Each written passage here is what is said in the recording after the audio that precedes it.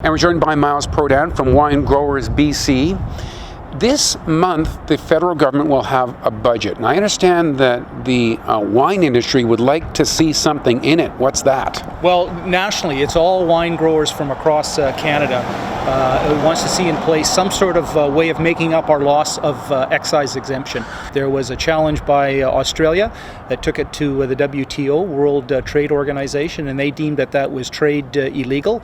It was not treating import wines fairly, and so we've lost that exemption, which is material. That'll add $6 a case to the cost for a winery, and so we need that to be replaced. The thinking is that a subsidy to wine, to grape production, would pass the sniff test internationally, so you could it could be a wash ultimately. Exactly. What tax we were exempt from is now going to be collected, and so our argument to government is that money is critical to the success of our industry, and it's been proven out.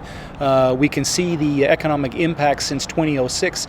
It's close to $10 billion worth of impact our industry's had as a result of that excise exemption, and other factors as well. But that money reinvested into our industry has really made it grow. So the loss of that, again, is going to be material, and so we need to see that money back, and we're asking government for that to come back as a subsidy to fresh grown 100% Canadian grapes.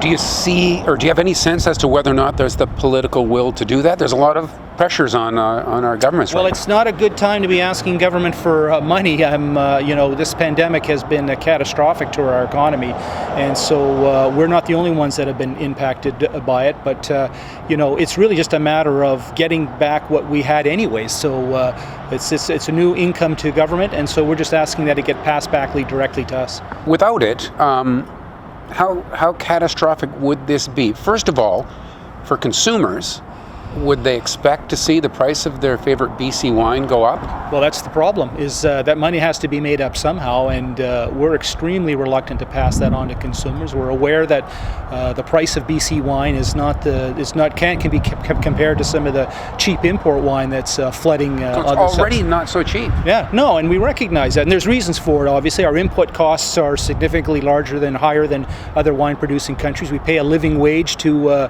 people that work in the winery, and we've got some our input costs are hard, but our quality is fantastic. We don't want to pass that on to consumers, so it either comes right out of the winery's bottom line, or some adjustments need to be made, and we're worried that they could be the loss of some people involved in this industry. That just could be enough to push some wineries over the edge. It's a thin margin business. It's not as glamorous as it may seem when you're enjoying a nice bottle of wine in a beautiful tasting room.